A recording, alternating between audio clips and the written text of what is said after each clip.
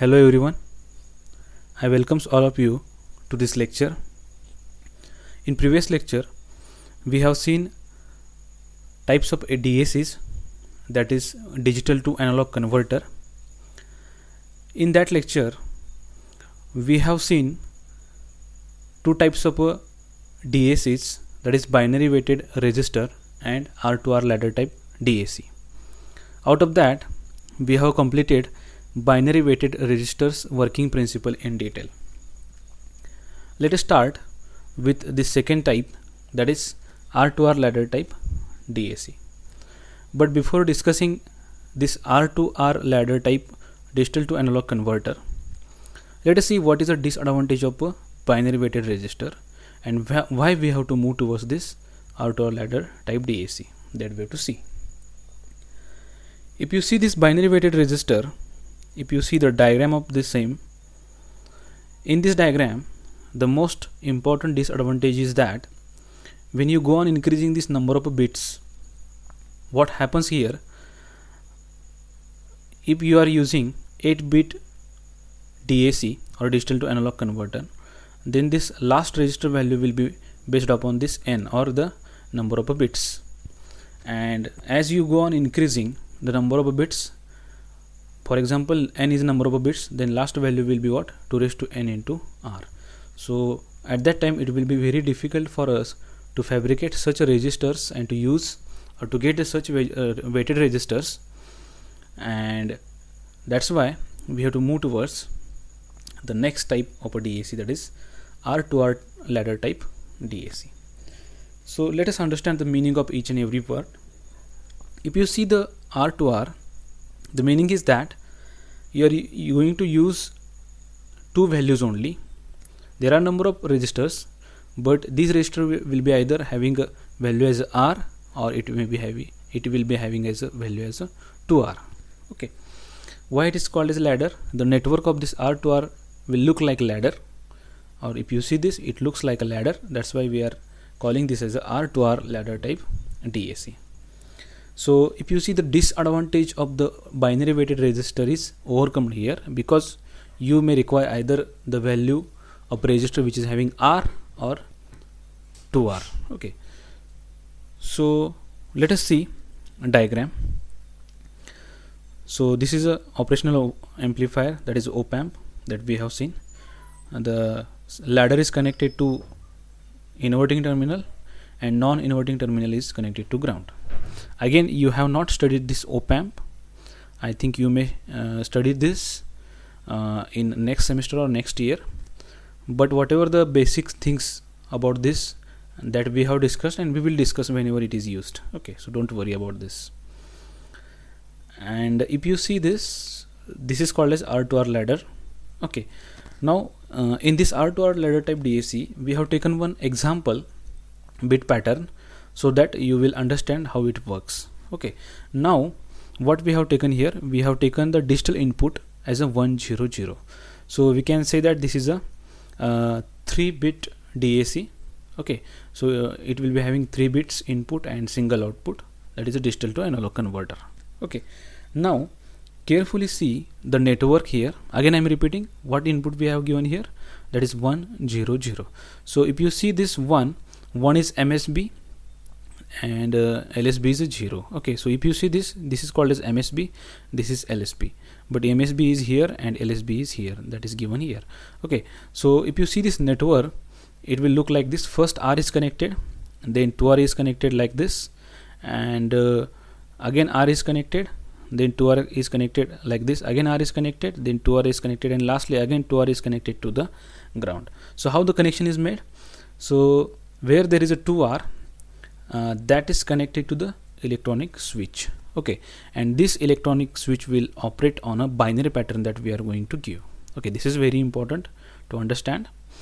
So this electronic switch, again I am repeating, this electronic switch is connected to 2R resistors here like this. So if you are having a 3-bit input, then it will be having 3 switches, and this switch will be connected to either ground, or we can say ground is nothing but a 0 volt, or it can be connected to the reference voltage which we have taken as a minus VR. Okay, so the common minus VR is taken like this, and the points are made like this, that we have previously seen in binary weighted register type DAC. Okay, so here whenever the bit is 1, it is connected to right side or to minus VR, and when it is a 0, it is connected to the ground. So to understand this, let us see the bits. The MSB is 1, so MSB is 1, so that's why this switch is connected to minus VR. Then middle bit is a 0, so that's why this switch is connected to ground. Again LSB is a 0, that's why this bit is connected to 0, okay, or a ground we can say. So this is our MSB, this is our LSB. Don't confuse in between this. This is 100, it is not 001. Okay, it is a 4. You know that you may have studied in digital electronics or in first year. 100 means what? 4. Okay, so now if you see this 3-bit DAC, why we have taken a 100? Because this 100 is nothing but a middle value. Okay, in 3-bit pattern, 2 raised to 3 is equal to what? 8. Okay, so from 0 to 7 we are getting the values, and 4th is a middle value, so that's why I have taken a 100, so that whatever the voltage will be there, that will be minus VR divided by 2. Okay, or VR divided by 2, that we will see afterwards what will be the value of this one. Okay, but that the reference voltage divided by 2 will be the value, because we have taken the middle value. Okay, this is very important to understand, because when you apply the 000, then you will get a 0 volt, and when you apply 111 or a biggest value, you will get a VR as output. That is the importance of this reference voltage. Okay, for example, suppose we are applying a reference voltage as let us understand 10 volt, and suppose if I apply the pattern as a 000, you will get a 0 volt at the output, and when you apply 111, you will get a 10 volt at the output, because this reference voltage or this full scale voltage we can say, that gets divided into this bit pattern. And suppose this is again 10 volt, and we are applying 100 means this middle value, then you will get 5 volt as output. Okay, so ultimately I want to tell you that we are selecting the middle value of this 3-bit pattern. So from 000 to 111, this 100 is middle value or mid value, so that's why I should get the value which is at middle, and which can be VR divided by 2. So then only the output of this R2R ladder will be correct. Okay, so let us understand what output we are getting. Okay, so for that purpose we have to reduce this whole circuit into a single circuit that we will see in next slides. Okay, so let us understand how this circuit is reduced. Okay, now we have, as per this connection, this is connected to ground, this is connected to ground, and this is connected to minus VR. So ultimately the equivalent diagram will look like this. Okay, so this previous diagram is converted into this diagram. Now if you see, this is the last resistor which is connected to ground. Now this is connected to ground, this is connected to ground, and this is connected to minus VR. So let us start reducing this network from this side. Okay, now if you see, these two resistors are connected to ground, so these two resistors seems to be parallel. Okay, and when the two resistors are in parallel, then we have to convert that resistor into equivalent circuit. Okay, so suppose this is resistor A and this is resistor B. The equivalent resistor will be what? Equivalent resistance will be what? A into B divided by A plus B. Okay, so like this, if you multiply this 2R into 2R, it will be a 4R square divided by 2R plus 2R, that is a 4R. So that's why if you reduce that, you will get R as a value. So ultimately when these two resistors are parallel, which is having value as a 2R, the equivalent resistance will be R. Okay, so that's why if you see the next diagram, it will look like this. Now this 2R and 2R reduced to this single R. Okay, now these two resistors are replaced by this R here, and if you see from this side, to this side, these two resistors are seems to be series, and when the two resistors are in series, they gets added. So R plus R is equal to what? 2R. Again, in a next diagram, we can say that this R and R gets 2R here like this. So this is equivalent of this two resistors, and this 2R are again in parallel, that we have seen earlier. So that's why they gets converted into single R. Okay, so again this will look like this. Now again, if you see, these two resistors are in series, means what? This 2R gets converted into this single R, and this R and R in series. So that's why we will get the value of the resistors as 2R. Okay, now this should be replaced with a 2R. So ultimately we will get a diagram like this. Okay, now what we have done, that is to be understood. Okay, so the whatever the resistance at this R is considered as a ground. Why? Because if you see, previously I have discussed one point, is that if you consider this positive terminal when it is connected to ground, this is also connected to the ground.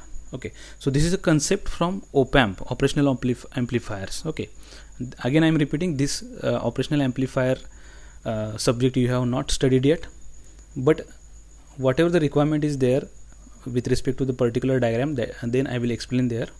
Okay, don't worry, you will understand this in next semester or next year, the op-amp subject. But most important thing is that when this non-inverting terminal is connected to ground, this is also connected to the ground, or it is supposed to the ground connection. Okay, so that's why I am considering this A point towards the ground, that we have previously seen in diagram. Okay, so that's why if you see this A is nothing but connected to the ground. Okay, so from this view, if I convert this diagram into this fashion, then I will get this 2R and R, these are connected to ground like this one. Okay, so this is connected to ground, this is connected to ground. From this point, these two resistors seems to be parallel. So that's why if I convert this 2R and R into a single equivalent resistance, then I will get the resistance value as a 2R divided by 3, because A is nothing but at a virtual ground. Okay, and the point B is nothing but minus VR divided by R. Okay, so why it is minus VR divided by R? Because we have to consider this voltage division rule, which we have discussed in first chapter.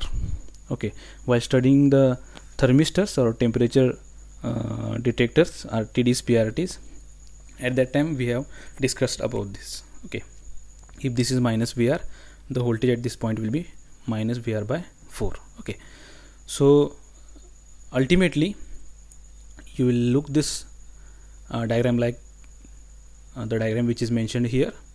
So ultimately the voltage at this point will be minus VR by R. This is the resistance R, and if you see, this is the point A. Okay, now the voltage at point B is calculated like this. The discussion that I have done here, that is shown here. Okay, so you can pause the video and you can see. It is again based upon voltage divider rule that we have studied earlier in a first unit. Okay, so I will not waste time in this, because this VB is minus VR by R. You can pause the video and you can see. Okay, afterwards. So hence, if you see, the output voltage is given by, so what is output voltage? V out is minus RF by RI, or R input, into V in. Okay, so this is again formula from operational amplifier. Just remember this. V out is equal to minus RF by RI into V in. So here minus RF means what? This feedback resistor, that is 2R. It is mentioned here, but it is minus. We have to take sign. Then R is nothing but RI here, into what is the input voltage? Minus VR by R. So if you ultimately reduce this equation, you will get VR by 2. Okay, so that's why this is correct. Thus for the binary input 100, the analog output produced is VR by 2. So this is now very important to understand how this VR by 2 is obtained. Okay, so reference voltage is again very important. If you give the reference voltage as a 10 volt, then you will get output as a 5 volt for this 100. If you give the reference voltage as a 8 volt, then you will get a 4 volt as output for 100. Okay, again I am repeating. Suppose you have taken reference voltage as a 10 volt, and suppose the input, if you apply the input as a 000 volt, 000 binary input, then what will happen? The output voltage will be 0 volt. Okay, and if you apply the highest input pattern, that is 111, then you will get VR as a output as a 10 volt. If you apply VR as a, or reference voltage as a 10 volt, and in this case if you apply 100 and the reference voltage is 10 volt, then you will get output voltage as a 5 volt. Okay, so in this way your digital to analog converter will work. Okay, so again I am repeating, if you are having n bit DAC, then it will be having n bit inputs and single output, and 2 raised to n combinations will be there. Okay, so in this case we have studied 3 bit DAC, so 2 raised to 3 will be what? Total 8 combinations will be there, 3 inputs will be there. So 000, from 000 to 111 you will apply the inputs, and for this each and every input combination you will get a different analog voltage. So that's why this is called as a digital to analog converter. Okay, so this we have studied the R to R ladder type DAC. If you have any doubt, you can contact me, but it is very interesting and very important to understand. So what is the advantage of this DAC, which we have discussed earlier? That is, you will only require 2 value resistors. That is, either you can purchase R number of R resistors, or it will be having a number of 2R value resistors. Okay, so only 2 values are required, but you will require n number of resistors for increasing inputs. If you go on increasing the number of bits, then ladder network will be complex, but you will require either R or 2R. Means 2 resistors will you will require, 2 value resistors you require. Okay, so this we have studied now. Now these 2 types of DACs we have studied. Let us start the next point, which is exactly opposite to the DAC, that is ADC, analog to digital converter, that we have to study. Okay, so again the meaning of this ADC is its analog to digital converter. Okay, so what do you mean by this ADC?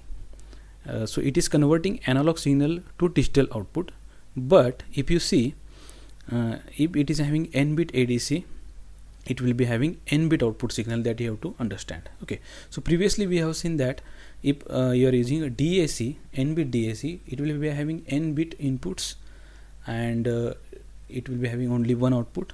But here the case will be reverse. So analog to digital converter will be having only one input, and it will be having n number of outputs. Okay, so n bit ADC or analog to digital converter will have only one input or a single input, and will have n bit output signal. Okay, so if you see the types of ADCs, these are the types of ADCs that we have to study. So either it may be flash type ADC, it may be single slope, it may be dual slope, so it may be staircase ramp, or it can be successive approximation. Okay, so let's study this one by one. So the first ADC that we have to study, that is a flash type ADC. Okay, so if you see this flash type ADC, it is also called as a parallel comparator ADC.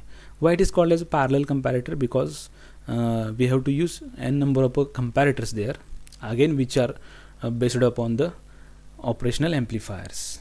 Okay, so if you see this flash type, it is also called as a parallel comparator ADC. And why it is called as flash type? Okay, so it is fastest ADC, the conversion time is very small, that's why it is called as a flash type ADC. Okay, so before studying the flash type ADC, first thing we have to study, that is the principle of operation of a comparator. Because if you understand the principle of operation of a comparator, then only you will understand how this flash type ADC will work. Okay, again this is operational amplifier which you have not yet studied. Again I am repeating, you will study in next semester or next year. But this single operational amplifier can be used in a number of ways. Okay, there are n number of circuit which are dependent upon this single operational amplifier, so that's why it is very famous. So previously we have used this operational amplifier in different mode. Now in this type of ADC we have to use in different mode, that is a comparator mode. Okay, so you know that working of a comparator. So comparator is comparing two quantities or two signals and producing the result. So this is a comparator. This operational amplifier is now working as a comparator which is comparing two inputs and producing the result as a Vout. Now the working of this is very simple. If you understand this working, then you will understand the working of a flash type ADC very easily. So if you see this comparator, it is having two inputs, that is VA and VR. So VA is connected to non-inverting or positive terminal, and VR or a reference voltage is connected to negative or a inverting terminal of a comparator. Okay, so let us understand the voltage that we are going to convert is analog voltage, and that is applied as a VA or towards positive terminal, and the reference voltage is connected to the inverting terminal or a negative terminal, and Vout is giving you a output in terms of either 1 or 0. Okay, so now let us understand the conditions. Okay, so either this VA will be greater than this VR, or second condition will be what? VR will be greater than VA, and lastly these both signals may be equal. Okay, so what will be the result that we have to see here? Now see the first case, when analog input is greater than VR. So suppose this VR is 5 volt and your analog voltage is 6 volt, means what? This VA is greater than VR, so that in this case the Vout will be 1. Okay, so what will be the second case? So in second case this VR may be greater than VA. Suppose this VR is 5 volt and this VA is 4 volt, then in this case VR is greater than VA. So in this case Vout will be what? 0. Okay, and lastly, if both the voltages are equal, so suppose VA is 5 volt and VR is also 5 volt, then you will get a previous value of this Vout.